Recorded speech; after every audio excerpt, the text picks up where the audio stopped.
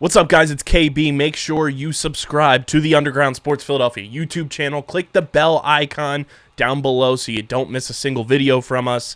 And thanks for tuning in to another video from Underground Sports Philadelphia. Now let's get into it. Philadelphia, baby, you're going to love it. Best sports fans in the world. Actually, the worst, but that's what makes them the best.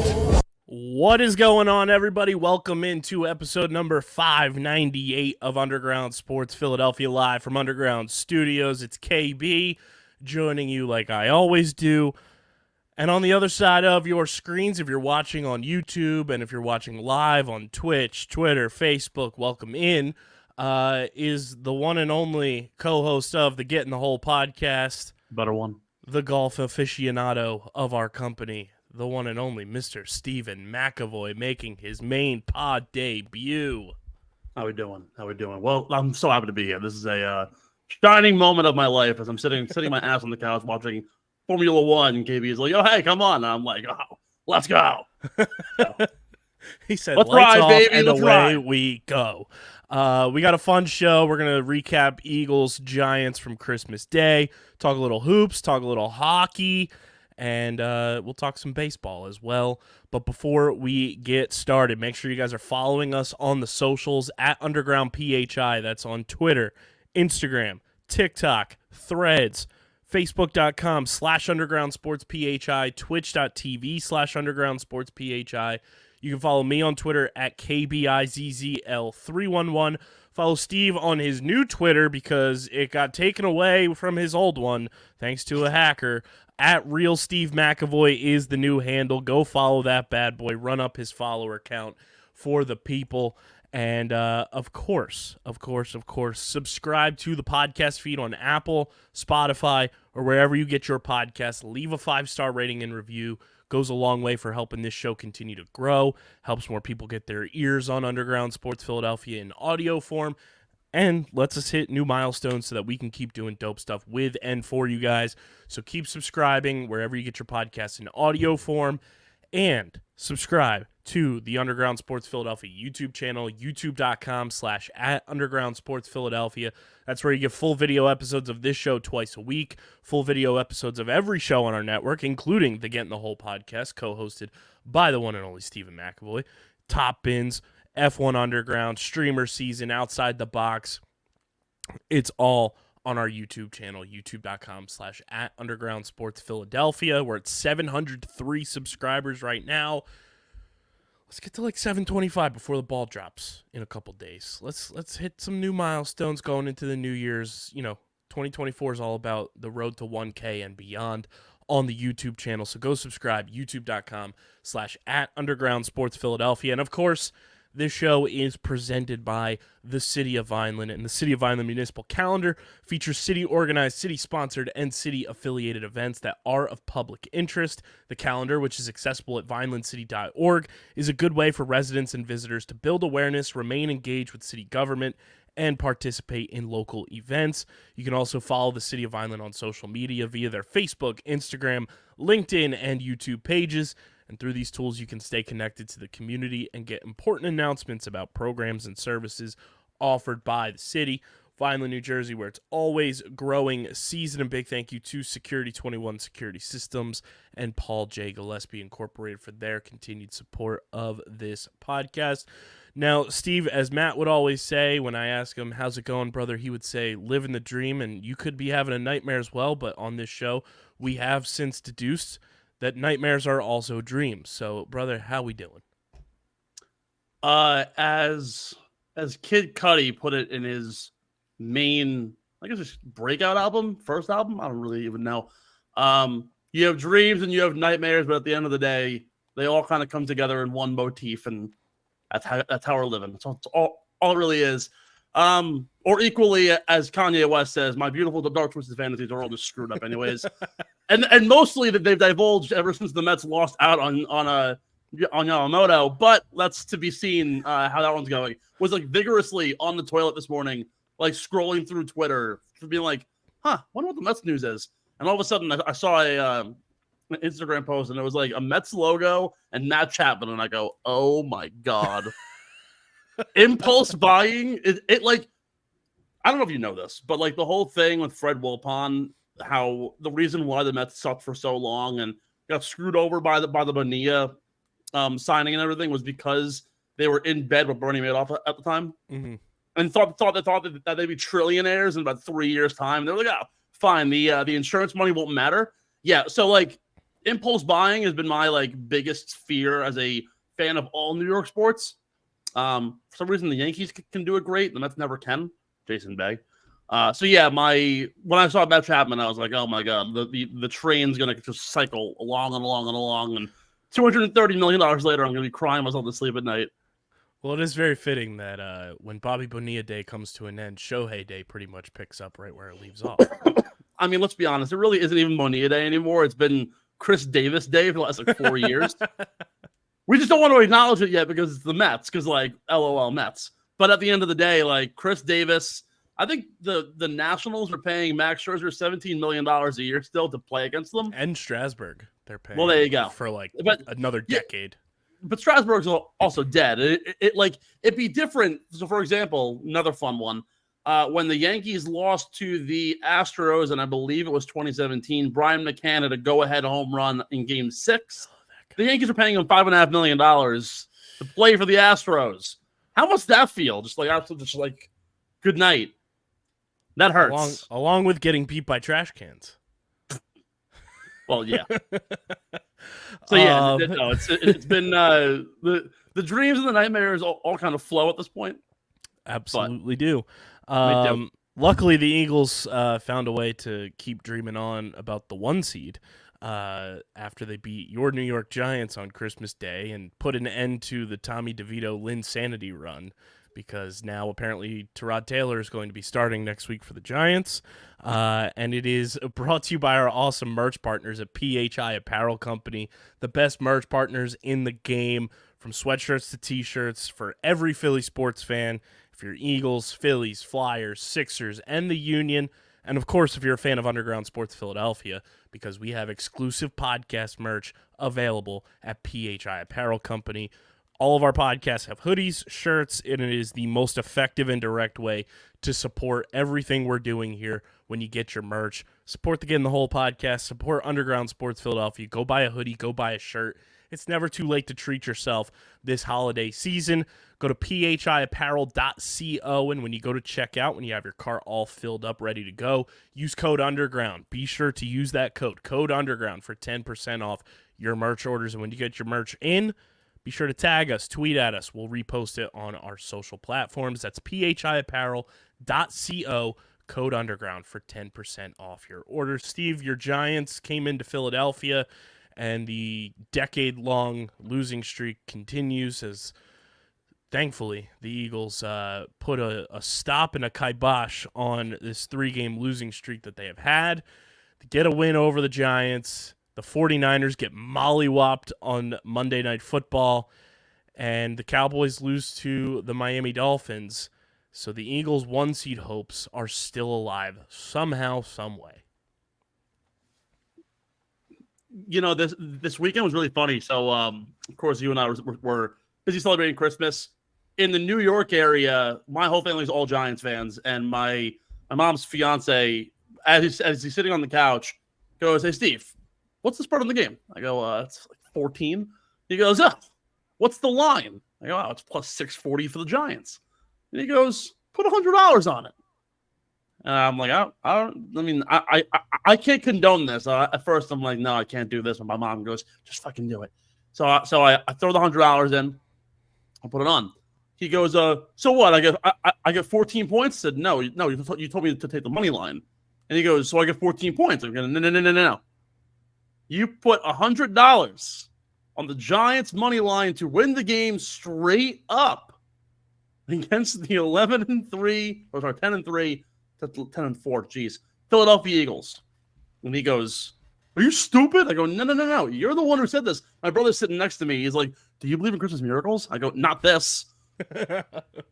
And then he stares blankly into my eyes and goes, so I'm watching this game, right? And honestly, I'm surprised it was as close as it was. The there were three big takeaways from this game for me. And I haven't watched Eagles football the whole year. I've been more encapsulated by the drama that is the Giants and the New York Jets. But three things. Number one, taking out Tommy DeVito. While I personally am a Tyrod Taylor truther, and the whole reason why they didn't bring Taylor back when he came off IR was because Tommy was going off from this 2-game winning streak. They didn't want to let it go dry. He had already been playing some pretty solid football for what it's worth. But Tyrod Taylor has A, the veteran composure, and B, just the better feel. The whole second half just felt way more smooth. And it was both, he's a lot more of a precision passer. The ball's finding guys. Darius Slayton made three catches in the second half that were, one was a touchdown. One was about a 30-yard post out that the safety just completely missed, and he managed to gain 30, 40 yards on a 3rd and long. And then just in general, Taylor just kind of has that control and command where I feel like DeVito, while it was a great story for all of 4 weeks, I just don't think that he's the marketing story. He's the Doug Edert of the NFL this year. The guy's making Rayo's sauce, and he's getting his own signature Rayo's. He's not going to have a job in 2 years. And I get it. It's an easy story, and this goes to the marketability of the NFL. But at the end of the day, the Giants actually came a lot closer than I thought they would, and I was kind of sweating out this $100 bet that would have won $740. Two other things, though, that I really noticed that have changed a lot from the Eagles. Number one, there seems to be a lot more cohesion, and I don't know whether or not it's the fact that it's more of a testament to the Giants not being good at football, or the Eagles just having more of a tempo around them, but they look more composed. Everything seemed a bit more enveloped. The offensive line has struggled the last 3 weeks. So they finished bottom 10 in the league in protection the last 3 weeks, which has been a recipe for disaster for their whole offense. Because when you think about it, everything's predicated around Jalen Hurts. And I'll say this later, how he very well could be the MVP of the league, you're only as good as your offensive line can take you, and we already know how good they are. But when they struggle against top defenses, we're apt to falling behind. And unfortunately, the ball can't get to A.J. Brown or Devontae Smith or Dallas Goedert or whoever without Hurts performing, and he isn't as good of a creator as most hoped he would. And then also my only other takeaway that I've noticed is that, oh my God, Jake Elliott is amazing at football. I love Jake. And he is arguably a top 3 franchise-changing player in Eagles history. Whether it's fantasy or it's NFL or whatever it is, you cannot go through life not having a good, secure safety blanket. And the Giants are a perfect example. Mason Crosby, I think, is the 3rd kicker on the roster at this point. Graham Gano sucked the whole year. I don't even know who they had secondarily. And now Crosby's been granted a true veteran, but you have guys trying to kick the ball. They can't even get it 35 yards in the air. Jake Elliott, if you can have a safety blanket who's only missed 2 field goals the entire year, it's a huge testament, again, both in fantasy and in the actual game itself, to know that you can basically go every single drive, and if you can get past midfield, you have 3 points on the board. Yeah, 100%. And I think my biggest takeaway from this game, even though it was closer than a lot of people expected, that didn't surprise me. Granted, you take the Dallas Goedert slipped on the turf and you get a pick 6 from that. Exactly. Take that off the board. It's a double-digit game for the first time for the Eagles since October, where they only have 1 double-digit win this entire season. Let's not forget that. Oddly enough, against the Miami Dolphins. But the biggest thing is, even in a game like this where the Eagles finally put up 30 points, they had a half. For the first time this year, this first half against the Giants was the first time the Eagles scored 20 points in the first half. The offense still hasn't changed, even though it looked better on Monday against the Giants. And again, I don't know if that is because the Giants defense is just not that great, or something changed a little bit. But the number one glaring thing is Devontae Smith scores a 36-yard touchdown when you throw a ball right in the middle of the field for him to run in open space with. You threw one other pass underneath to A.J. Brown that resulted in a first down, but every other pass that Jalen Hurts threw was on the outside, down the sidelines.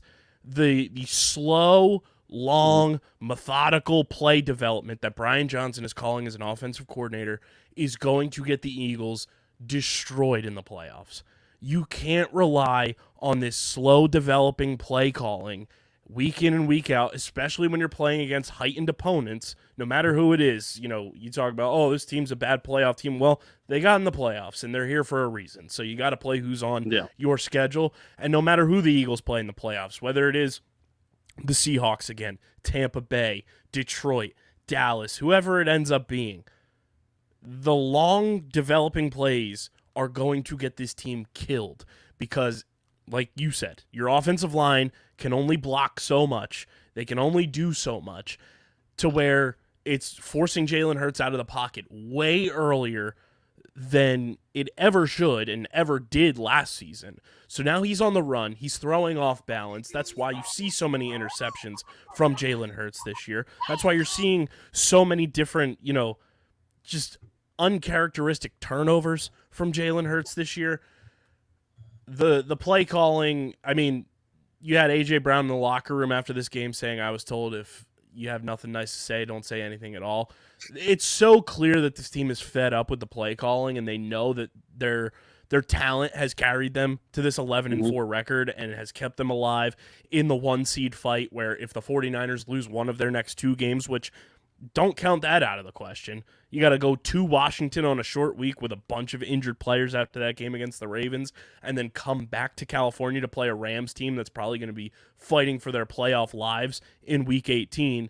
If they lose one of those 2, the Eagles win out, and then if the Lions lose one of their next 2, the number 1 seed is the Philadelphia Eagles in the NFC playoffs, which is crazy to think about. But the play calling, once again, and you're not going to fix it in Week 16, but it's going to be the detriment of this team in the playoffs, and it's making the defense go out on the field longer than you want them to, and that's why you see the Eagles defense not being able to get off the field on third down. That's why Matt Patricia is now your de facto defensive coordinator when you make a change in Week 15 for your coaching staff. The other big thing I have to say is sometimes you just have to eat money. When Darius Slay returns from his impromptu knee scope surgery that he had, and Avonte Maddox comes back from his 21-day practice window being open now from his torn pec, Kelly Ringo needs to be starting opposite Darius Slay and Avonte Maddox. James Bradbury just is so doesn't cooked. have it. He's so cooked. I don't know what happened this offseason to where he just does not look like the same player last year that he was, coming off an all-pro season, and now you're struggling to cover Darren Waller, which, granted, sure, Darren Waller is a freak athlete, has unbelievable catch radius range for a tight end, but my God, he's slower than molasses. The dude has knee injuries all the time, and you can't cover Darren Waller, James Bradbury. What are we doing? And the worst part is that, and you want to talk Darren Waller, isn't even a really great receiver to begin with at this point in the year. He's dropped the most passes on the Giants. There's nobody in Giants history for a tight end who has had more pass volume than Darren Waller with the number of drops he's had. You want to? All right, there's a difference between chewing money and also throwing, again, impulse buying, like I've been saying with the Nets. The Darren Waller signing for the Giants was an absolute nightmare, and he's been an absolute disappointment. My brother's sitting next to me on the couch. He goes, "Oh God, Darren Waller might end up back in rehab after this game." Three losses, essentially. One of which, I think two of them actually came on third down in the first half. That very well could have turned the game around. And and dialing back a little bit too, and we'll talk more about this playoff scenario as we go along. But you're right. While the Adoree Jackson interception could have very well made it a two-score game, looking back on it now, 4 fumbles from the Eagles' way is also a huge storyline that hasn't been talked about that much in this game, one of which plotted the Giants at the 14-yard line and set up an easy score. You look at these small things, and I could point to probably 3 or 4 plays, including the Devontae Smith touchdown, where CJ Flott or Jason Pinnock or somebody in the secondary missed their assignment, missed a read, and wherever it was, and it all happens on zone defense. I don't know what Wink Martindale is doing for the Giants, but easy situational scores for the Eagles. I do think, and you're right, as I'm listening back on it, as I don't watch the Eagles very much, the fact that while it looked better, it really isn't.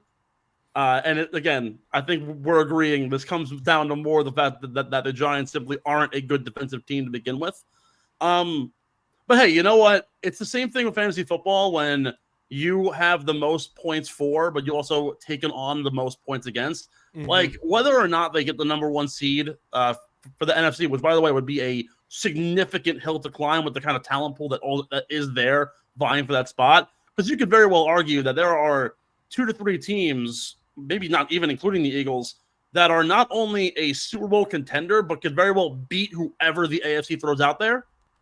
To the point that you're like, you know what? If they get there, it's more of a miracle than anything else. And to be able to bypass that first round would actually be a huge benefit. Because you're right. They're making changes too late. It's like a 3rd grader trying to learn 7th grade math. At some point, it becomes Chinese. Why study for the test if you already don't know it? It's literally doing the project that is due that day, and you started doing it at 11 o'clock at night. Exactly. It's me in the 7th grade going to my mom and saying, hey, Mom, I have a project on Christopher Columbus. I need a poster board done. It's like 11:30 at night. I'm like, oh, shit, I just forgot about this. Mom, help me. And I need glue. In the morning. Oh, it's so bad. The late night runs to Staples. Oh.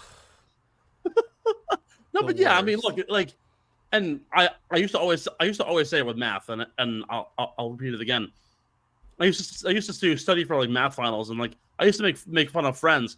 I'd be like, why are you studying for the math final if like you've already done it for a whole year? If you know it, you know it. If you don't, you don't. Like when push comes to shove, guys, it's week 16 of the NFL season. You're already firing your deco. You're figuring out your offensive coordinator situation and trying to figure out what the play calling is going to be. At this point, stick with what you know and just try and work within the confines of that. And I think that's really what Nick Sirianni has to look into and say, hey, this is what we have. Let's build on it instead of trying to make these changes where rash decision-making is only going to throw you off the boat. I think the one good decision they made this week offensively was Quez Watkins had 1 snap. We as a society have grown past the need for Quez Watkins to be playing on offense for the Philadelphia Eagles. But, I mean, it's wild that they're still going into Week 17, 3 teams vying for the number 1 seed in the NFC. It's the 49ers, the Eagles, and the Lions all still have a shot, which to say the Lions have a shot at the 1 seed is crazy. They need help, obviously, from the 49ers losing one of the next 2. The Lions would have to win out, and then the Eagles don't have the tiebreaker over the Lions for conference record. But there is a universe where the Lions are the 1 seed in the 2023 NFL playoffs. There's also a universe where the Lions and the Browns are 2 top 3 teams in the playoffs. Shout out Joe Flacco. Let's just consider that. It was great watching the 49ers get absolutely humbled on Monday Night Football, though, because in no realm should Brock Purdy be in any sort of MVP discussion. I don't want to hear it. I don't want to hear about his 70% completion percentage. Please show me where he's throwing the ball and then what those receivers did with the ball after. There's no volume behind what Brock Purdy is doing, and the Ravens defense showed you that if you just get a little tiny bit of pressure on that 49ers offensive line, that's how you realize Brock Purdy was the last pick in the NFL draft, because if he faces any kind of pressure, he folds. And that's exactly what happened in Santa Clara, not San Francisco, on Monday night. So I am finding all right, so this is from 23 days ago, and honestly, the numbers really don't deviate much. 48.6% of Brock Purdy's passing yards this season are coming off of yak. 27% of that is solely responsible to Christian McCaffrey. First of all, that's your MVP. If it isn't Tyreek Hill, it's Christian McCaffrey. Lamar is really good. Dak Prescott lost it when he lost to Miami. Lamar should be a finalist for sure. I agree. Like if a quarterback's going to win it this year, it should be Lamar. I mean, look, at the end of the day, it's a quarterback award. It's the same thing as the Heisman, which is so dumb. We haven't had a non-quarterback win the MVP since Adrian Peterson. 05, 06? 2012. 08? 12, really? Was that recent? Jeez, mathing is off. It was when he had his 2,000-yard season. But Alexander won it in 06. We talked about this too with the Tyreek Hill thing a couple months ago. The moment the NFL didn't give the MVP to Cooper Kupp for winning the Triple Crown as a receiver was the moment that the MVP award was dead to anybody but a quarterback.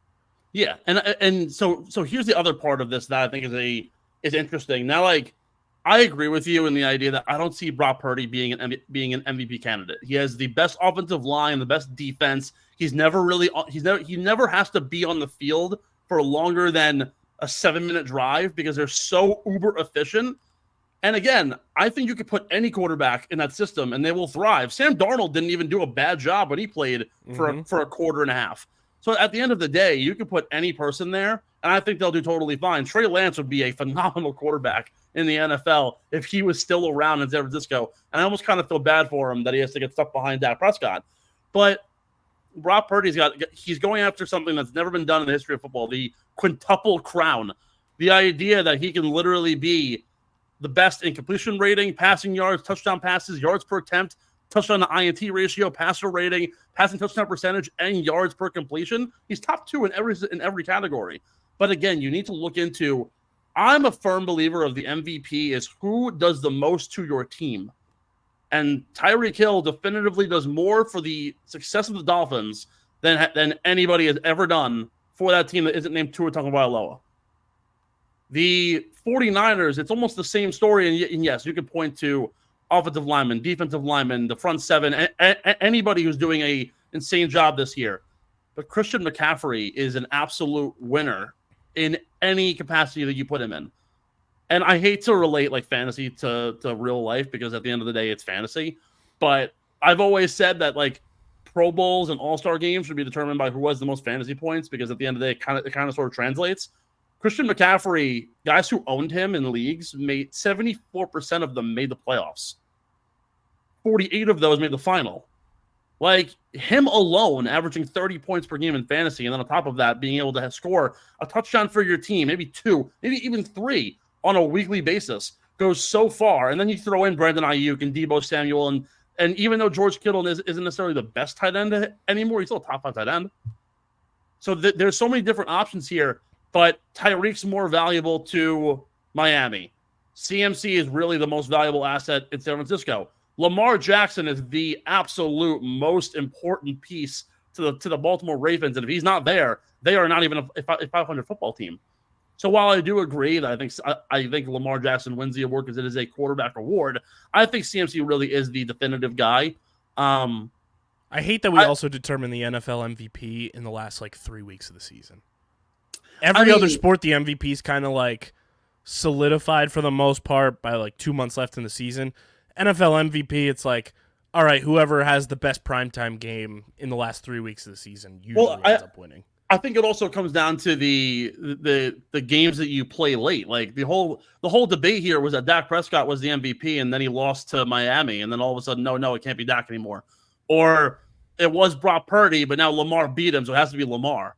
Like you put them one-on-one. At the end of the day, the yearly stats should kind of speak for itself. But again, we measure it based on who has the most value to their team. I would even actually make the argument, and this is why I wanted to talk about it this week, was that Jalen Hurts should be an MVP, should be a MVP finalist for what he is worth to his team and how he produces for his team. Even AJ Brown can be considered there. Although I can make the argument easily that Tyreek's more important than Tua, but Jalen's more important than AJ, you can kind of pick straws at that one. But is Jalen Hurts a better MVP than Brock Purdy? Yeah. Is he better than Dak Prescott? Yeah. Like that's just how it kind of crumbles down. But unfortunately, we're always stuck vying for the guy who's top of the board at 12-3, who has the best record, and it's going to wind up being Lamar. I can't stand this player simply because I feel like he's a dirty player and is always trying to start a little ruckus on the field. If we want to talk about the actual V in MVP, there should be an argument to be had that one Trent Williams is the MVP of the NFL this year. The 49ers, without Trent Williams playing in a game, lost 3 straight. Trent Williams got hurt against the Ravens. The 49ers lost. So, granted, is that coincidence? Maybe. But it shows how valuable Trent Williams is to the overall production of what the 49ers do. So here's the problem with that. And I would love to see an offensive lineman win the MVP as a former lineman myself in the day. But there are 3 problems. One, you play the most selfless position on the field. You're getting your brains blown out every 30 seconds by someone who's arguably bigger than you. You're also playing within more of a team more than anybody else. Like there's one thing to be like, oh, the skill players are a team with the quarterback and a tandem, but the offensive line is literally a family, and it's all one thing, and you're only as strong as the weakest link on that line. And at the end of the day, they have 5 top 10 rated players at each of their positions. So I can't even complain with that. But also, I think the MVP is still a skill position only, defensive player if kind of award. Like Aaron Donald should have won it years ago. But he never did, because why would we give the award to a defensive stopper? We want to give it to the guy who can chuck it the farthest, run it the fastest, or score 80,000 touchdowns. So it's a bummer. It is a bummer. It really is. But you know what? We can't always get what you want. The one thing I do want to see though is that Olamide Zaccheaus gets more yes, looks. I love all-time name right there. He is the best. He's from here. Like, is he really? Yeah. He played at St. Joe's with DeAndre Swift. They won state titles together. So you want to talk like I saw a TikTok and it was like guys playing the all name team, like talking about just like guys from yesteryear who they like remember from like old video games.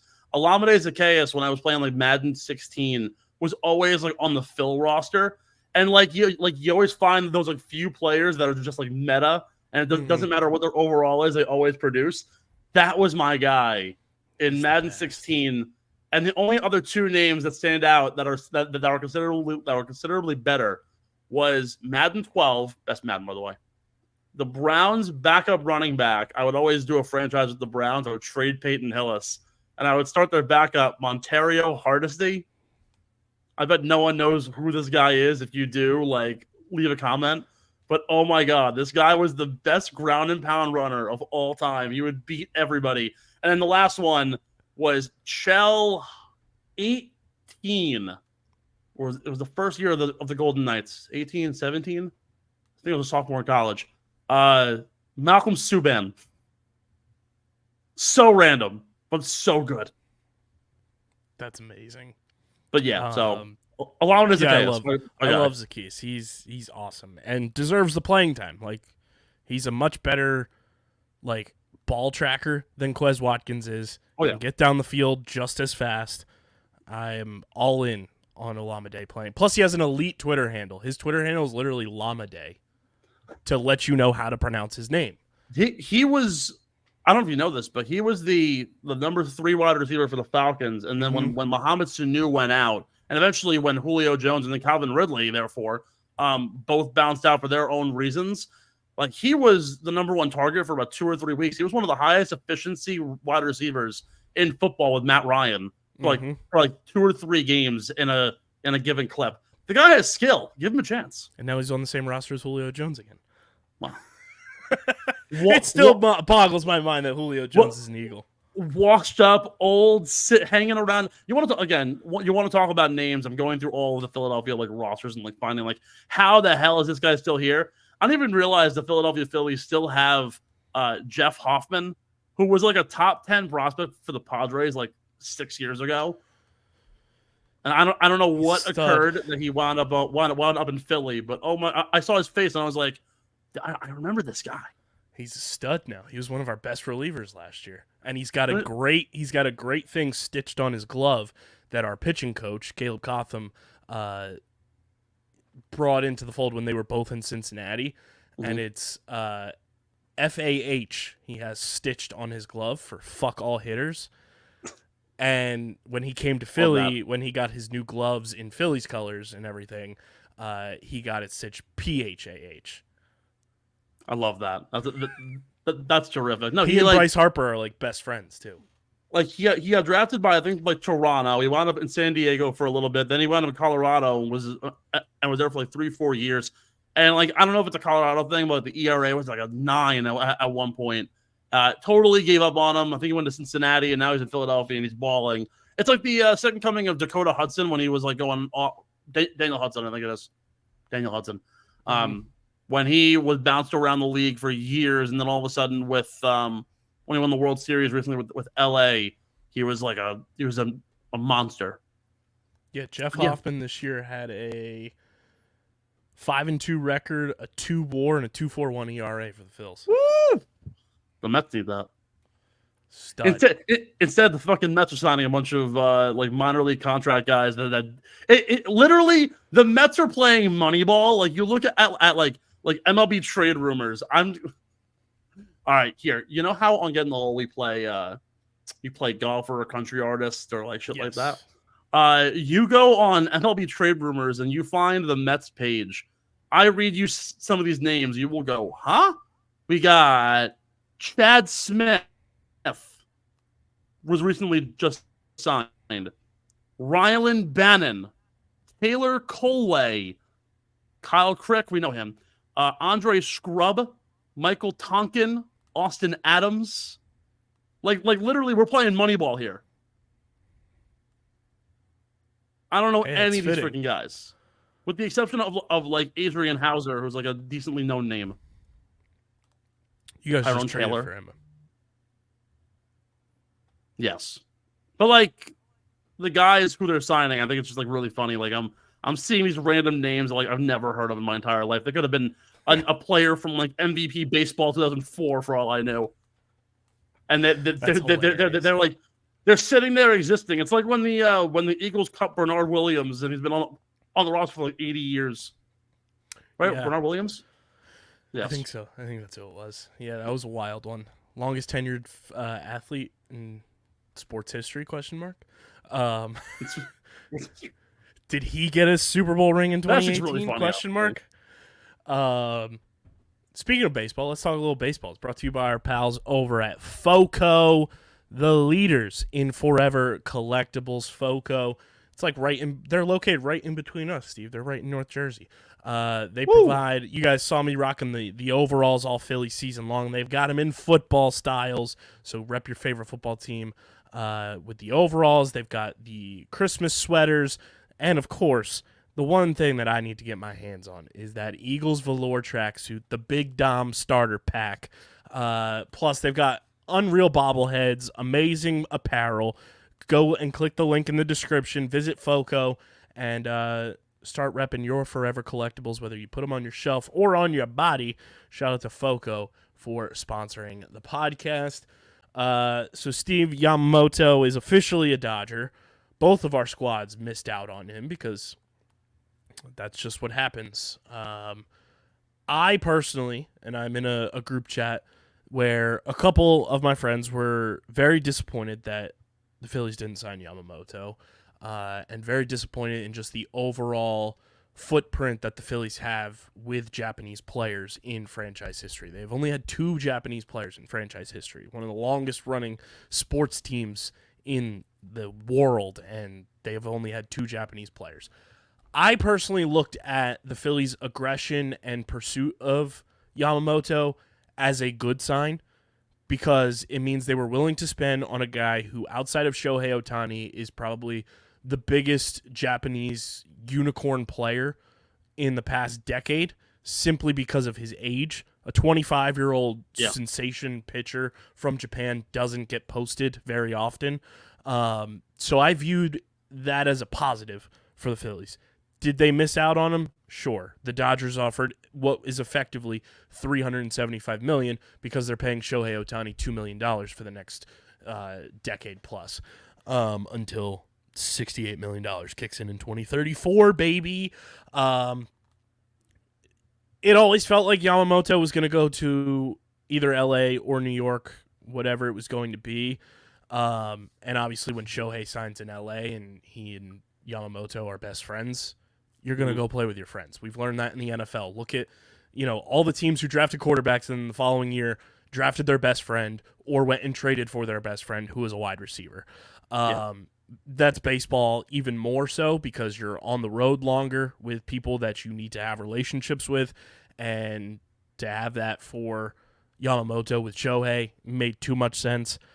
I wasn't concerned. I was more so encouraged that the Phillies were willing to go into that next realm of the luxury tax for a superstar like Yamamoto, that they were willing to finally make a footprint in Japan, and hopefully this helps with future players that come from Japan. That's like, hey, the Phillies are willing to, step into your realm and pay you the money that you think you deserve. Obviously, the Mets had, an outside chance with Kodai Senga being on the roster. But I was encouraged, and it doesn't detract, I think, anything from what the Phillies are going to do this offseason. Priority number one now is re-sign Zack Wheeler to an extension. Obviously, he's your number one in your rotation. Thank you, Mets. And then it's going and finding a closer, whether it's via the trade market or free agency. And then you just got to find a left fielder who isn't necessarily a superstar, but is going to be able to play, 125 games this year for you. Yeah, I think so. Let's kind of start from the beginning here. So the Yamamoto situation, I think, is an interesting one. I don't want to say that this is what happened because I don't want to be the guy to make assumptions about a guy's free agency journey. But part of me going through this whole scenario, in the back of my mind goes, I think he knows where he wants to go. The historicals always show that Japanese players tend to always go West Coast. I think in the history of Japanese players playing professional baseball, over 70% have gone to West Coast teams or stayed on the western side of the United States because of the fact that they don't have to travel significantly far to get home whenever that may happen. The only significant Japanese players, or even really Asian players in general, who have came across the Pacific and have played on the Eastern Seaboard for a relatively decent amount of time, Ching-Ming Wang, Hideki Matsui, his brother Kaz Matsui. But again, we're talking the New York Yankees for the most part, like the biggest brand in sports, where I can ask a random girl walking around Manhattan who their top 3 players are, and she'll probably tell you it's Arson Judge. Like, at the end of the day, it's the brand over everything else. But I do think that, and I hate to make assumptions, that Yamamoto knew he wanted to go to LA. It was only a matter of time before Shohei had signed. And then, and I think this is the biggest downfall with Steve Cohen, is while it's great he can flex his pockets, and it's great that Dave Dombrowski wants to spend money, and it's great that all of a sudden, for the first time in 5 years, Brian Cashman and Hal Steinbrenner want to spend money and be the evil empire again. I think he was picking pockets. I think he was saying, I'm going to the Dodgers. I want $325 million. This is where I'm going. Let's see if you guys can bid me up there. And the fact that the New York media, and I blame them all the fucking time, were saying, and Sal Licata said it first, and this guy, while he's a great reporter, is a uber fanboy, said, I'd give him 360. What? When you have Jeff Passan going on the Pat McAfee show saying that nobody even thought it would get to $300 million initially. Yeah. Now, look, I get it. Has never thrown a pitch in the United States. The pinstripes are heavy. If he went to New York and he fucked up for a year, we got a problem. He's the perfect Dodger, though. I don't know if you've seen his postseason stats in Japan. Perennial choker. Yeah, exactly. Yeah, it's the Japanese Clayton Kershaw with straight black hair. Have fun, guys. But still, the idea to spend $325 million on a guy who's never thrown a pitch on American soil, it's a big time risk. And while, a lot of the time we see guys come over, the last time we've seen someone this good with this level of gravitas come over and get posted was Masahiro Tanaka, who came over at, I think, 26 as well, 25, 26. Went to the Yankees, struggled for the first 2 years. He didn't have his breakout year until he was 30. And even then, it only sustained for about 3 or 4 years. Then he got bounced out of the league. Kodai Senga's 31 years old. Shota Imanaga is the next guy on the board that most people are saying is the fallback option to Yamamoto might get $200 million because of it. He's still 30, 31 years old. And the only thing he does better than Yamamoto is strike guys out. I think he had 16 strikeouts on him last year. So at the end of the day, where to go from here? Resign Zack Wheeler. He's the best. He's, in my opinion, completely underrated, a top 10 pitcher in baseball when you really break down the numbers and get down to figures. But he's 34 years old. Dave Dombrowski has a history of overspending on guys and kind of handicapping the team. And while, look, it's great that they're saying screw it, because at the end of the day, Philadelphia is a top 10 market in the world. They should be able to spend the money, be in that third ring of the luxury tax, and not have to worry about these things. You still have to be a little bit cautious. Hey, what do you offer a Zack Wheeler at this point in his career at 34? How long is he going to pitch? You give him 3 years. You're going to give him what, $34 million, 35? Might give him $40 million, 3 years, 120. That's kind of where the market's been going for these older guys. Max Scherzer got 2 years at 42 apiece. Granted, with Steve Cohen. But where do you go from there? Where do you sign someone like a Zack Wheeler? I don't think they necessarily need to go anything crazy in the field. No. While, yes, it'd be great to get another outfielder, they're still relatively conceit with Brandon Marsh, Castellanos. They can put Kyle Schwarber out there. They wouldn't really do it.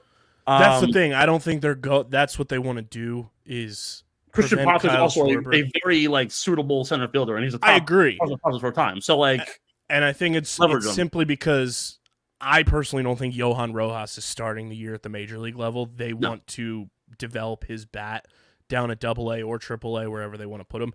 Although a picture came out from his Instagram this week, my boy is looking yoked. Johan Rojas has been putting in the work this winter in the gym. My boy is buff, he is jacked, and I love it. By the way, really fast breaking news: the Broncos will cut Russell Wilson in March. That's a big move, particularly when you Makes traded. Sense. Well, I traded away Drew Lock and Noah Fant for him. Arguably one of the worst trades in sports history. I could find worse. I don't need to look very far also to find it. Remember when the Mets traded away 4 draft picks for Darren Ruff? Not prospects for Darren Ruff. Yeah, that was a Phillies legend, Darren Ruff. That was a fucking head scratcher. No, but I don't think Rojas is starting the year at the MLB level. Pache is a more than capable outfielder. While he doesn't have a ton of experience, he's only 25 and has only had a couple of years of service time. Not even. Can still play center field if you need him to. So good defensively. Exactly. Which at the end of the day, in a lineup that you can go top to bottom, and again, it's already as good as you can get. When you have a top 6 that already includes Harper, Turner, and Castellanos, not even including in Realmuto, Schwarber, and the like, all of a sudden it's okay, you can afford to run off at some point. And playing Christian Pache at 8, Brandon Marsh had what, a 345 average by the end of May. This is a more than capable offense. They finished top 10 in runs per game. They were one of the most efficient teams in baseball last year on the offensive end. It was the bullpen that killed them. They can very well fill this team out without having to touch anything in the field. I think the bigger question actually is, do you pitch? Who's your 5th guy now? Right now the rotation would line up Zack Wheeler, Aaron Nola, Ranger Suarez, Taijuan Walker, Christopher Sanchez. Why not re-sign Michael Lorenzen? I think it's more a Lorenzen. I would love it. I love Michael Lorenzen. I thought he was very serviceable for what he was post-trade deadline. Mm-hmm. I think he got a little run down simply because his first 2 starts in a Phillies uniform were a no-hitter and 8 immaculate innings against the Miami Marlins, so it was more than what he was pitching at all with the Detroit Tigers. He was going 6 innings every outing, so he got a little run down and then never pitched in the postseason really, which was a head scratcher to me in and of itself. He wants to start. I don't know if they're waiting to see like what his market ends up being, because I think he fits in well here. Caleb Coughlin was his pitching coach in Cincinnati when he was there. He's got friends on the team, which I think is important for him. And I think he fit in very well. I think it's just a matter of, does he get a contract offer from a team that is willing to let him just be a starter and not kind of a starter plus and moving him in and out of the bullpen? I would love Michael Lorenzen back for sure. I think it's just a matter of what Michael Lorenzen wants. That's true. Looking at the pitching market, though, it's not that great right now. It isn't great, but also, like, even when you look at the top names there, you don't need to go crazy spending money hand over fist for a number 5 pitcher. At the end of the day, you can be more than sufficient with. Sorry, I'm getting over a cold. You can easily get over the hill. Give a pillow year to Frankie Montas. Didn't pitch all of last year. Has had some success in Oakland. When he went to the Yankees, didn't do anything because, again, just injury mired. You throw him on a cheap 1-year prove-it deal. There's easily like room to build here. Justin Dunn is still a young, talented pitcher at 28 years old. Let's keep on going like down the line here. You can always also go with some reunions. Some reunions type players. Like, you look at the top names, I wouldn't spend any money on a not Perez signed already. Like a Marcus Stroman, where he's losing value at 33 years old and is starting to get and isn't getting any younger. You don't need like Sean Manaea, somebody else who's like middle age, doesn't necessarily demand a huge deal. You could very well go with a James Paxton, 36 years old, proven winner. Might be a nice change of scenery out of Boston and New York. Frankie Montas, a name that I had mentioned. You could always bring back Vince Velasquez for $8 million on a 1-year deal. Not the end of the world. But, like, again, just have somebody who's a little bit more established than Sanchez trying to lead the way. Or you could always say screw it and look more towards the pool and the farm and see, hey, what's available there. Because at the end of the day, they are going to put a lot of money towards a reliever. And there are a ton who are out there that can certainly boost the team. I don't think again, you don't need Josh Hader. No. But you also don't need Craig Kimbrell again. You can easily get by. I'm looking at oh, he did already? Yeah, yes, he signed but like you don't need 1-1 with the Orioles. Yeah, well, so like you don't need guys like that, but throwing names out there that I think fit really well. Actually, as I mentioned, Daniel Hudson, a name that kind of sticks out to me. Lou Trevino pitched to the Yankees, had a lot of success in Oakland. Someone who I actually really do like, but doesn't get a lot of respect and a lot of appreciation. Guys who can make a big difference. I think, where was the name that I just saw? I missed it. Aaron Loop, 36 years old. You need a lefty. Could very well come out. We did the Loop experiment. I don't need to see Aaron Loop in a Phillies uniform ever again. Aaron Loop got way better when he left the Phillies. Let's just acknowledge that first. But also, but hey, like, you know what? If they want to get crazy, go right ahead. But I don't think they have to go with anything too nuts in order to fulfill what they actually need. Also, I think Jordan Hicks is still available, if I'm not wrong. I think or he so. went to I'm not 100% sure. I'll find out. My only big swing. If Jordan Hicks is available, you get a fireball thrower who has a quality arm, you might be able to look at. The only big swing I would like for them to take pitching wise is if I would much rather them trade for a reliever than sign one that's a free agent right now. I believe Jordan Hicks did go. No, he is a free agent. But why burn the assets? All right, yeah, great. I view that's it the guy as, who I would sign. But why burn the assets to try and trade for who are we trading for, hypothetically? Great question. I mean, I don't have anybody in mind, but just from a standpoint of the past 2 years, not having a lockdown guy at the back of the bullpen, where last season Craig Kimbrell killed you in Game 4 against the Diamondbacks, and then against the Astros, everything kind of just ran up dry in the World Series. The Phillies have not had a legitimate closer since Jonathan Papelbon, which is fucking insane. That was over a decade ago. I personally would love the Phillies. Like, if you're going to sign Jordan Hicks, the Phillies also need to go and re-sign Hector Neris. Yeah. To be like a 1-2 punch along with Jose Alvarado, along with Jeff Hoffman in the back of the bullpen there. But I need the Phillies to have somebody locked down in the back of the bullpen that we know night in, night out, 6 out of 7 days, this guy's going to get a lockdown save for you and not be any issues to close out a game. It's been so long since the Phillies have had that. The other big swing pitching-wise that I would totally be okay with them taking, full well knowing the package you're offering this team has to reflect that they know this guy is going to be a rental. You know he's going to be a rental because he's already publicly said he wants to go to free agency. The Phillies, if they want to really like take over the National League and like have a rotation that is comparable to what everybody thinks the Atlanta Braves have, I don't think they're that great rotation-wise. If you want to have a rotation that's going to rival what the Dodgers will have, what some of these big teams will have, the Phillies need to pick up the phone, give a nice little phone call to the Milwaukee Brewers, and see what it's going to take to get Corbin Burnes.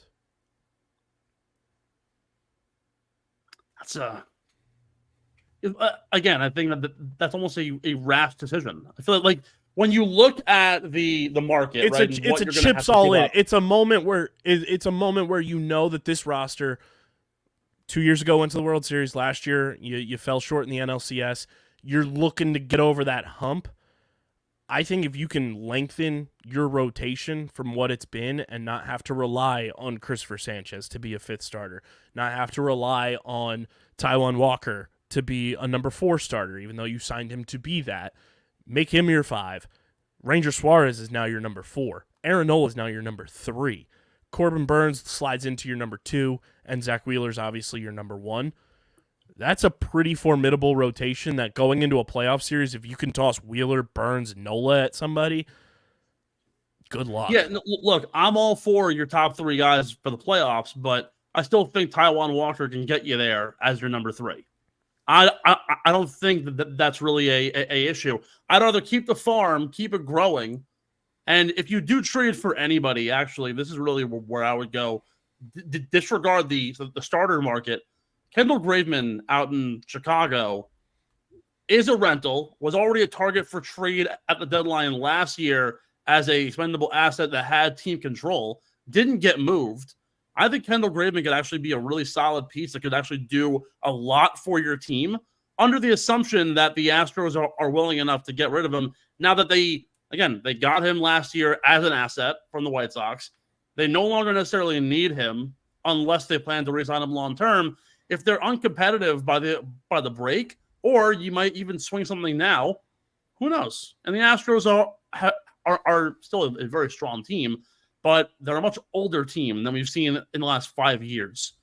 Bregman, Altuve, they're all up into the mid-30s. The pitching staff is not nearly where it was all this time ago. Verlander's out for however long. He ain't coming back again soon. At the end of the day, I think that Kendall Graveman, what a 3.31 ERA, actually he had a 2.4, particularly in Houston after the break, could be a trade asset with I think ARB3 or possibly free agency on the rise. And you know what? He's 33. He's a veteran. He has experience. He can get you somewhere. I think that's a target that I would go after rather than trying to put all your chips in and go after Corbin Burnes. At that point, you might as well sign Blake Snell. Why trade the farm when you can get someone who's arguably as good for a signing price? I personally think Corbin Burnes is light years better than Blake Snell because Corbin Burnes can go deeper into a game than Blake Snell can. But Corbin Burnes has a higher whip ERA and is more volatile when you look at the actual metrics of the way he plays the game. He's far more apt, and I think his hard hit rates are way higher than Snell's. When you look at two players like that, Corbin Burnes will strike the world out. He will do what like Shane Bieber does. But Shane Bieber's problem has always been the ball's always in the strike zone and it's always hittable. It just happens to be that he's throwing it so fast, no one can hit it. But Blake Snell, control guy, finesse guy, can also pound you in hard. Out of context, that sounds really gross. But Blake Snell is a much more valuable asset, I think, in those road with a lower hard hit count than a Corbin Burns is. And I can save my probably a top 5 prospect to get him. I also don't want to sign Gary Sanchez if I have to sign Blake Snell. All right. Enough of that. I remember when my Yankee fan friends were like, "Oh my God, Gary Sanchez is the like Kraken, second coming of God." And then when he signed the Mets minor league camp, I was like, "Guys, it's happening!" And like, I think his first 4 games, he had like 3 home runs. I go, "Holy shit! Stop! This is gonna happen." Then I think he had 1 hit, I think, as a Met on the big league club and like 12 at bats, and they cut him. Crazy. So funny. Hopefully free agency picks up a little bit after the holiday and we'll have some more dominoes fall. Let's shift to the ice, Steve, because both of our hockey teams are really, really good somehow. It's brought to you by our pals over at Kenwood Beer, the official beer partner of Underground Sports Philadelphia. It's a refreshing light beer, just 4.1% ABV, only 120 calories, only 8 grams of carbs. Go to kenwoodbeer.com, see who's got it on tap in the Philadelphia, Pittsburgh, Maryland, and New Jersey areas. Check out their storefront as well, as they got these awesome pint glasses, amazing new apparel, and of course you can get it at your local liquor store in the aforementioned cities and areas. Must be 21 or older to do so. Steve loves a nice ice cold Kenny. He's got one right there. Look at that. Boom. Crisp.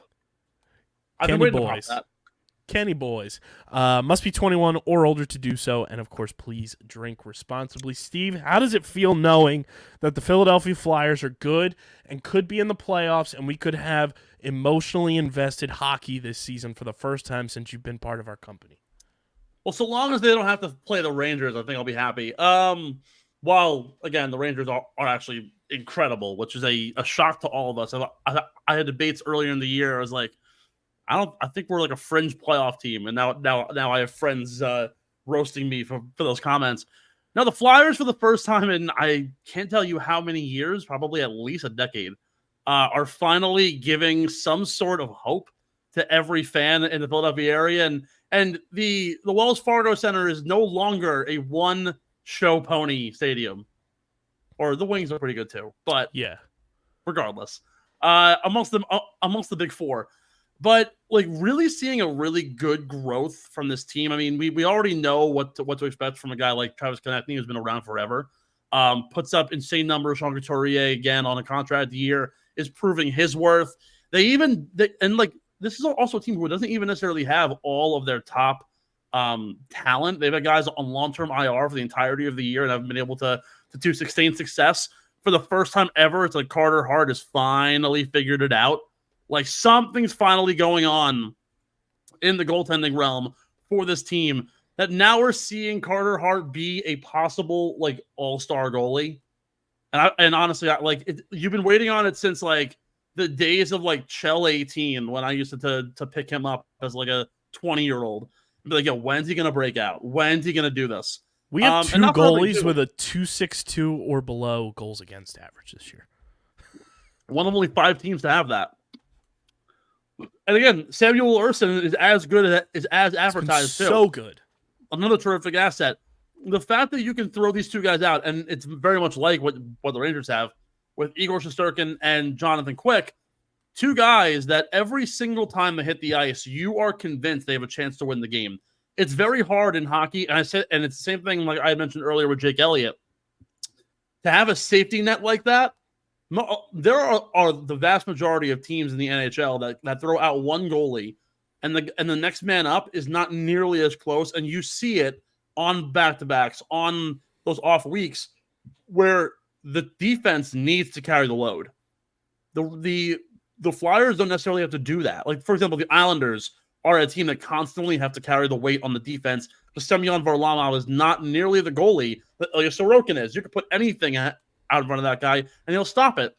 While I don't think Carter Hart is Ilya Sorokin, of course, they're still 2 B+ goalies, I think. And yes, like Samuel Orson isn't the name that you think of when the Rangers took Jonathan Quick. I was like, all right, he's the old washed up guy who might have a resurging year. That's totally great. Or like look at Boston, right? Linus Ullmark and Jeremy Swayman. Unknown name in Ullmark, had a breakout year. Swayman came from Maine, has a good junior career, is like 25, 26 years old, and is producing, and they're a good tandem. You go to Colorado, they had Darcy Kemper and Alexei Georgiev. Like another like really solid pairing. This is a team where you can throw out 2 B+ goalies, let the defense flow, keep the upper half momentum, and constantly get shots on net. They're one of the top 10 teams in hockey in shots on goal and conversion in deep, which is a huge metric that they've been trying to work on forever. And it's honestly about damn time. Travis Sanheim's been great. Canetti's been awesome. Joel Farabee is doing something that he hasn't done in a long time, which is have over 20 points in the first by Christmas time. So big deal coming out of here. Plus also they have young talent that's producing well. Owen Tippett, Cam Atkinson from Columbus is playing really well. So a lot of good things to like from. Don't forget my boy Bobby Brink, one of the best names in sports. It's a good name, honestly. Although Such a good hockey name. I personally love Cam York largely because I'm a Notre Dame fan, but no, like a really talented roster up and down. A lot of veterans to go around, a lot of experience, but also a lot of youth that can really exuberate this team into honestly what's already. I think they're on the precipice of the playoffs, if not already there. We up until the Islanders won right before the break, we were in second place in the Metropolitan Division, right behind your New York Rangers. We're 1 point back of the Islanders, right? And in the East, they are 1, 2, 3, 4, 5. They're 6th in the East, so I believe tied for 5th, or tied for 4th actually, with Toronto and Florida. Will they make the ground over time to get up and over them? I think Toronto and the Panthers both have games in hand on the Flyers. Florida doesn't. The Maple Leafs do. The unfortunate reality with Philadelphia, which is going to be something that we're going to have to keep an eye on up through April, is they're playing a lot more games earlier in the year. So a lot of teams, the Rangers being one of them. The Rangers have 47 points. They're currently tied for number 2 in the President's Cup race. They have 4 games in hand on every other team in the league. So like those things are going to start to really play a factor here. The Flyers are playing more games in the early part of the year than the latter half of the year. The NHL royally fucked up the scheduling this year. So with that said, the Flyers are going to have to put on some sustained pressure early on in the second half because they're not going to have as many games to make up space if they do wind up falling lower than 6th. So something to keep out for. Yeah, I mean, the Flyers have 12 guys with double-digit points so far already. I can't even remember the last time that happened for a Flyers team at this point in the season. This is the first time since 2007 that they have had a better goal differential going into Christmas time. Well, the new year. And I know on this show we love talking differentials. Oh, yes, we do. We are the originators of making score and point differential and run differential a thing because literally we started that train like 2 or 3 years ago as a bit. And now every big media publication is always talking about score differential. You're welcome, America. You're welcome. Yeah, now, hey, a +9 scoring differential, really strong. They've been, and you know what?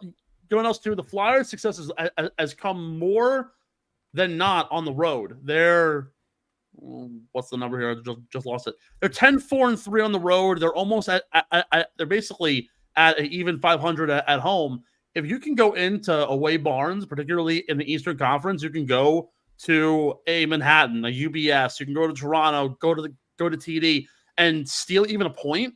It's a huge metric for your team to get ahead on, and I think it's a huge factor when you kind of dig into the weeds, particularly in like the overtime loss department, where like you have guys like the Islanders who have 9 OT losses.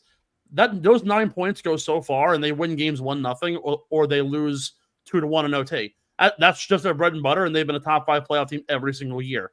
So you want to talk about teams that thrive off the idea of OTLs. The Flyers should easily be able to embrace that, and if they can carry a full 60, be tied in those games, and either get the points or script out with one, they'll be a easy playoff team. And I think that they may actually shock some folks come first round. I mean, it sucks that they didn't end up winning the game, but the game right before the break on Friday the 22nd, they were down 5-1 on the road to the Red Wings, fought all the way back, forced overtime, and forced a shootout. That Lost was a great 7-6. game. That was an unreal game. But I can't even remember a Flyers team that had that kind of resiliency and that kind of just like, hey, we might be down, but we're not out type of mentality. And it all starts from upstairs. The changing of the guard with Keith Jones and Danny Briere now running the team as president of hockey operations and as your GM, going and getting a team that, like, constructing a team that simply has zero pressure on it because this year was supposed to be, quote unquote, year one of the rebuild, and they're a 40-point hockey team at the Christmas break. This team heard all the noise, knows that people say, hey, they're not supposed to be winning, and they're just playing with a chip on their shoulder that also comes with zero pressure whatsoever. And that's why you're seeing this team play so relaxed. It's the fastest moving on the ice Flyers team that I can remember since probably the Stanley Cup team in 2010. Like, they move so fast, and it's finally because they're involving the young guys that are in this organization as the focal points of just puck moving rather than, and I love Claude Giroux, but rather than having Claude Giroux and Jake Voracek be your 1-2 punch, this team doesn't have a 1-2 punch. They move the puck around. Everybody's contributing, as you heard when we said 12 guys with double-digit points already. They're sharing the puck, and that's a winning formula if you're converting like at a clip that the Flyers are. And you know what? I think there's also one other big thing that talks to how good this team is. And it took a little bit of trying in year one, but in year two, came back stronger. And it always happens like clockwork. It comes down to the real Italian in Philadelphia, the real Italian stallion, John Tortorella. Like, the guy produces. Did you see his quote a couple weeks ago?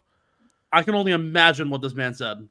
They asked him something about the team. He said, "We've got balls." Imagine a time as a New York sports fan when I was 7 years old that I got to go and watch interviews on TV late at night, and it would be Mike D'Antoni followed by John Tortorella. Who both, oddly enough, ended up in Philadelphia. Oh my God, lit a room up, both of them. Like that, but again, John Tortorella really is the catalyst behind all this. He wanted to introduce all of this in year one, didn't get the opportunity to because of ownership and because of those in the front office. Now is given the opportunity to spread his wings. And you know what? Good riddance, Claude Giroux. He's playing fine in Ottawa, but what good has he been? While, yeah, you know what? He's your go-to guy and he scores. He is not a top 10 center in the league to a point where you can rely on him week in and week out. He's kind of just been like, at best, a third-line center for any other team. I think he's currently might be the two wing, might be, on Ottawa. And the only reason why he's there is because they got rid of Alex DeBrincat. Like, they have a very – what? And he's from Ottawa. That's why he's signed there. Oh, yes. But what I'm saying is like, why rely on someone like Claude Giroux when you could have easily closed the door on that, picked up guys like Cam Atkinson, and let the team focus around Konechny, Couturier, Atkinson, and the like. And now we're seeing producing results. And while, yes, of course, Tortorella is a huge piece of this, I still do think that the goalie tandem is the most important part of hockey. This has been a huge revelation for this team because they've been waiting for years for Carter Hart to break out. And you got Owen Tippett for Claude Giroux when you traded him to Florida when you finally decided to pull that trigger. He's so nasty. I love player. Owen Tippett. And another great hockey name. Almost as good as Adam Schenk in the golf world. Yes. 100%. Adam Schenk and Owen Tippett. The best. But yeah, I mean, it's fun to have like fun hockey to tune into every single night. It has not been that way for a long, long time, excluding when the Flyers somehow manipulated the system and won the little round robin tournament in the bubble and ended up as the 1 seed. But other than that, there's been zero to look forward to with this team. Every year we have Matt's brother on, who is diehard Flyers fan, and a couple years ago he had Flyers plushies, which one of them is up on the wall of fame behind Matt over here, of Shane Goss's bear. That it was the Council of Complacency we were talking about with the Philadelphia Flyers. And now we're enjoying a youth movement that is playing well, and there's still more youth on the way, along with guys like all-time name, and I can't wait to get his jersey, and I hope he wears number 69 when he plays for the Flyers, Mr. Bonk himself, Oliver Bonk. Greatest name ever. And then obviously you have Matvei Michkov, who's playing in the KHL and absolutely bodying 30-plus-year-old Russian dudes in the second-best hockey league on planet Earth. Yeah, it's trying to focus up here. Like, with the exception of, again, the bubble year, which was the last time they had made the playoffs. Like they've been able to have sustained success, but that was also back when Dave Hackstall was actually was able to control what happened. Alain Vigneault was an absolute dog mess of a hire. But now they have everything kind of sorted out. They have the youth. It's a very different Flyers team from when they had Hackstall, when they used to have Berube, and now current Ranger Peter Laviolette. Like, those are the teams to get back to, but fill it with more youth. And the Flyers have been notorious for being the old dog on the block, but also the grittiest one on the block, sorry, I just made a really bad faux pas saying grittiest. Yikes! But like, that's the thing now. Like, they've always been the old dog on the block, the junkyard dog who was meant to bite you, eat you, and spit you out. Old dogs are not very scary. Like, I'm sorry. That's just how it's been. The young dogs are scary. Owen Tippett's scary. He's a good player. I always judge teams early on in the year when you can see them get drafted in fantasy hockey and be like, hey, where are they going? And when you see guys fall off the board mid rounds, and you're like, who's that guy? And like, they're making the news, and like, people know who they are.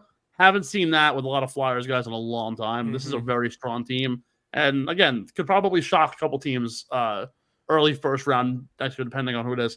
Just not the Rangers. I hope April we are locked and loaded, and we can have like full on like hockey stream where we have the three fandoms that work for this company in the NHL playoffs with the Rangers, the Bruins, and the Flyers. If only we can have Harry Hicks too. We could stop in and give commentary. It's going to be so fun. It's electric. And then the other team in the Wells Fargo Center that's lighting it up right now, the Philadelphia 76ers. They're hooping right now down in Orlando. We'll try to keep tabs on the overall score of that. But, I mean, they lose on Christmas. No Joel Embiid, no Jimmy Butler. Who's to say that game even really happened? I don't know if it did. They are currently up 52-46 at halftime over a, surprisingly enough, very good Orlando Magic team who are 18-11 this year.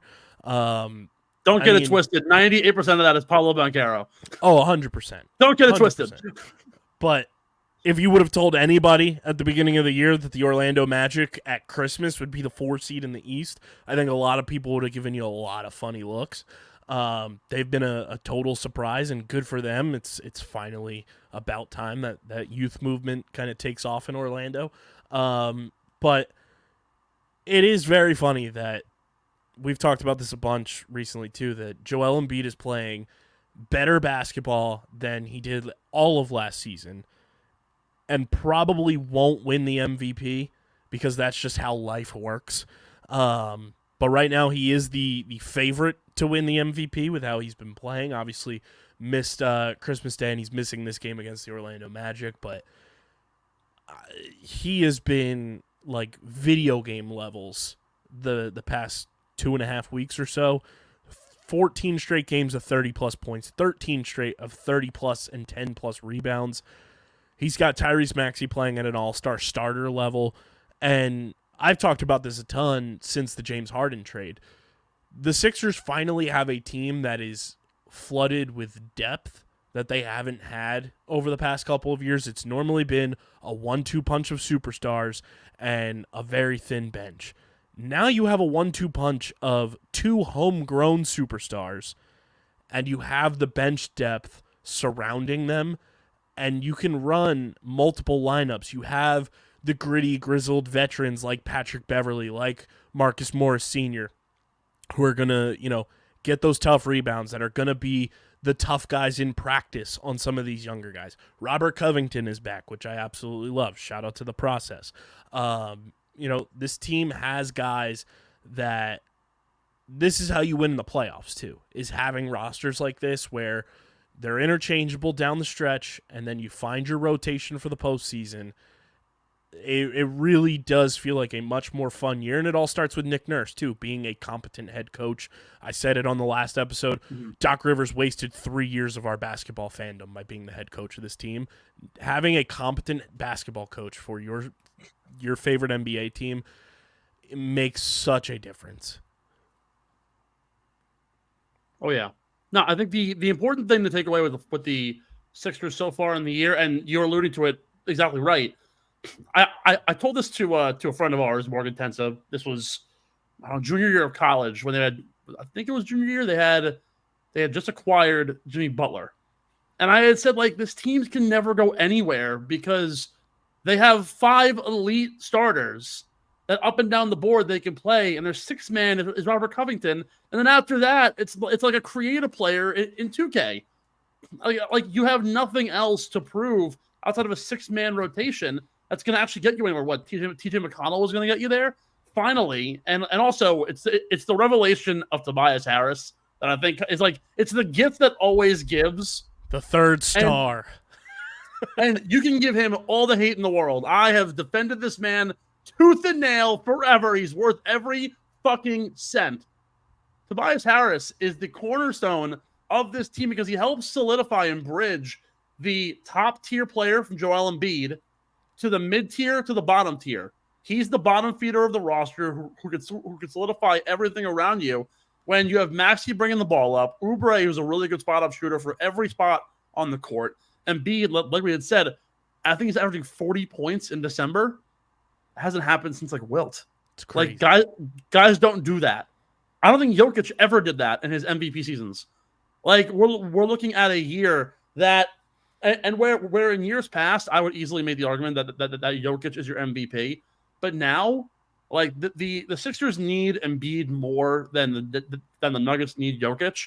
But even then, though, they're still a fun basketball team to watch, even without Joel Embiid on the roster, because there are guys who can play and can hoop and can actually bring on some sort of like interest that isn't just constantly feed down low and try and fight out tight games. They're a top 15, they're a top half team in 3-point percentage. They're a top half team in efficiency. The defense is really strong between Reed, Oubre, Maxey, Harris. The defensive metrics have been so sky high through the roof. You can even remove Joel Embiid, and they're still a top half team. Like that's how good the Sixers can actually be.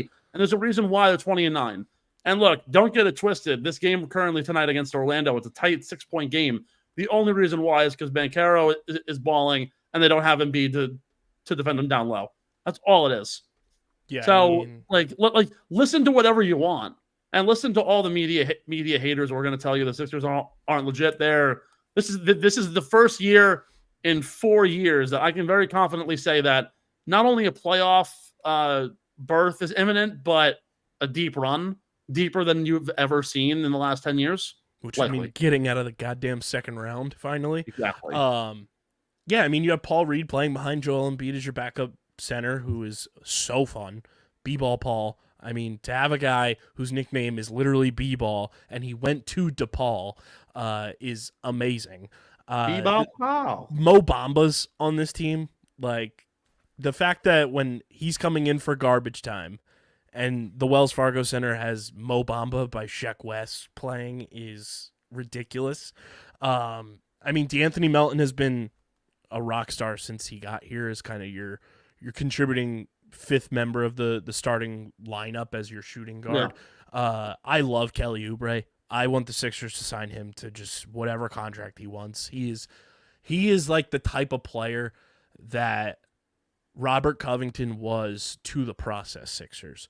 Yeah. Where he complements every single player on the floor. He can shoot. And my God, is he one of the most attractive motherfuckers in the NBA and probably all of sports. I get lost in Kelly Oubre's eyes every single game, and the Sixers social team knows exactly what they're doing, posting those little 1-minute clips of him licking his lips every night. Even post hit and run, the guy's gorgeous. Have you seen the video from a couple years ago? It always gets mashed up with like his Phoenix Suns highlights, but I found the full video finally of him on Instagram Live doing karaoke to "I Write Sins Not Tragedies" by Panic at the Disco. I will send it to you. It is one of the best videos ever. And I mean, when you have Patrick Beverley on this team, you want to talk about a guy who was born to play in Philadelphia and should have played in Philadelphia his entire career. It's Pat Bev. Anytime the Sixers whoop on a team, he's tweeting belt to ass, and it's the belt to ass tour is what he calls it on his podcast with Roan. I love it. Belt to ass. I mean, this team is loaded. I mean, top to bottom too. When you're going out and you're signing a fun player like Kenneth Lofton Jr. this week to a 2-way contract, who I saw so many hilarious tweets because Kenneth Lofton Jr. he's a big boy. At one point, weighed 300 pounds. I saw somebody say it looked like he ate Justin Fields because he and Justin Fields have a very similar face. And then I also saw one where it says, they signed the basketball version and a much larger version of Kylian Mbappe. I love that so much. That's great. But this team is fun. Yeah, no, they're really odd how three big time athletes can all. Very odd how 3 big time athletes can all share the same kind of face. No, but like Kelly Oubre is the perfect compliment. You wonder why when what's his name?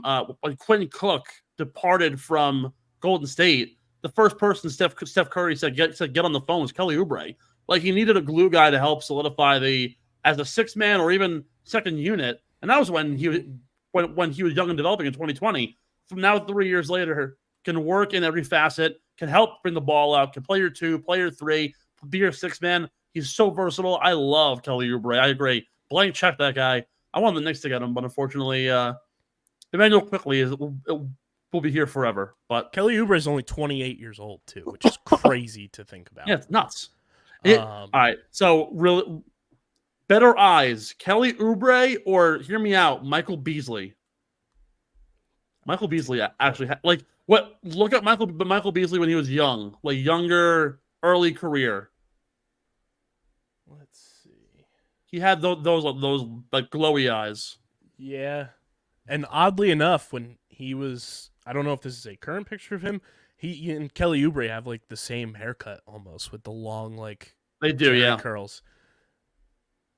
Yeah, bro, he's got Michael Beasley walked so Kelly Oubre could run.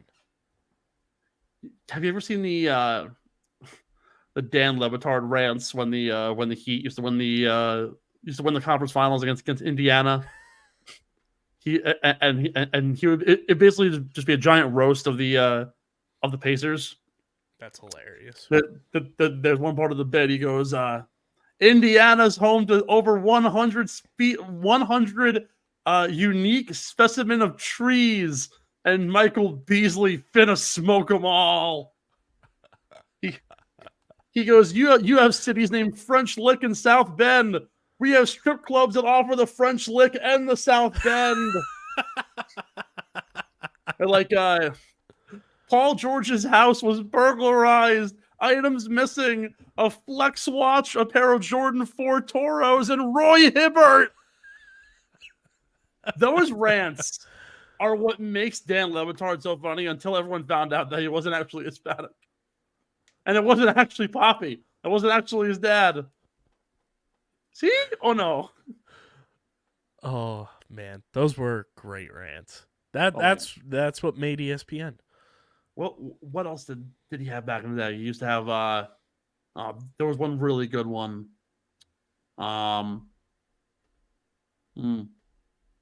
Oh, they were like, I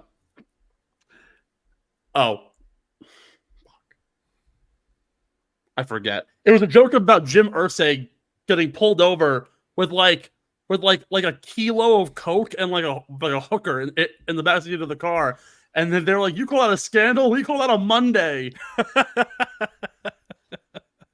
There's some really there's some really messed up ones in the archives there. That's so funny. That's all we got for you guys on this episode. Steve, your first main pod in the books. Yeah, it was good. Didn't have as many off tangent, off kilter moments that I would have hoped for. I mean, you and I are notorious for going off on uber tangents, but then again, I have to get to bed early for work. So I guess the next time I get on, the beer will flow and we'll get a little crazier. I can promise you that much. But for a debut, news infested and a lot of sick Steve chatter. So thank you for dealing with me. Make sure you guys are following us on the socials at Underground PHI on Twitter, Instagram, TikTok, Threads, Facebook.com/Underground Sports PHI. Follow Steve on Twitter at Real Steve McAvoy. Blow his followers up. He needs to get them back up from his old account being pillaged and stolen by the intruders of Elon Musk's Twitter. Twitter, now called X, your support team sucks. Yeah, it stinks. Figure it out. On ice. You can follow me on Twitter at KBIZZL311. Subscribe to the podcast feed on Apple, Spotify, wherever you get your podcasts in audio form. Leave a 5-star review. Goes a long way for helping us hit new milestones. Lets us do more dope stuff for and with you guys. So keep subscribing wherever you get your podcasts in audio form. And subscribe to the Underground Sports Philadelphia YouTube channel, youtube.com/@Underground Sports Philadelphia. That's where you get full video episodes of this show twice a week. Full video episodes of every show on our network, including the whole podcast, hosted by Steven McAvoy and Ben Pirro. Steve, you guys got a fun interview coming out pretty soon, too. We do, yeah. We have Raymond Williams, Golf Projects on Instagram, really big name, ton of followers. Been focusing in on the fun side of golf, the style, the street culture, the limited time drops that have been funneling in since the post-COVID world. He's worked at Nike, used to work at Shot Doctor, a bunch of other big time football companies, but has also gotten really into golf out in Oregon. So a lot of really cool experience.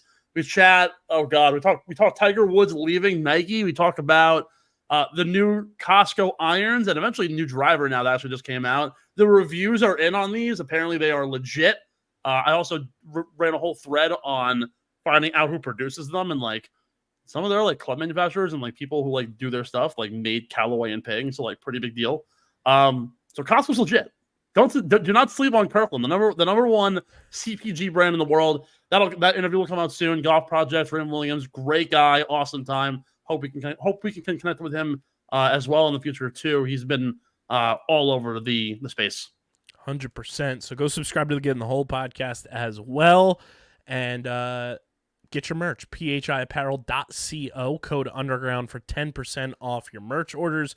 And as always, this show is presented by the City of Vineland, and whether you're a company looking to expand, relocate, or you're a new business startup, selecting the right location is critical to your success. Vineland, New Jersey offers both an affordable business location and an excellent quality of life. The city's economic development department is a one-stop source for moving your project through the development and approval process, and their goal is to make this process as smooth as possible and to provide the fastest turnaround times in the region. If you're considering potential locations for your operation, contact the Vineland Economic Development Team at 856-794-4100. That's 856-794-4100. Vineland, New Jersey, where it's always growing season. And big thank you to Security 21 Security Systems and Paul J. Gillespie Incorporated for their continued support of this podcast. It's been episode number 598 of Underground Sports Philadelphia. We will be back probably before the Eagles-Cardinals game comes to a close on New Year's Eve, so we'll have 599 there. And then next Wednesday, big episode 600. So tune in for that one live on the Twitch machine. But for Stevie Mac, I'm KB. Until then, we're getting the heck up out of here, and we are signing off. Peace. Cheers.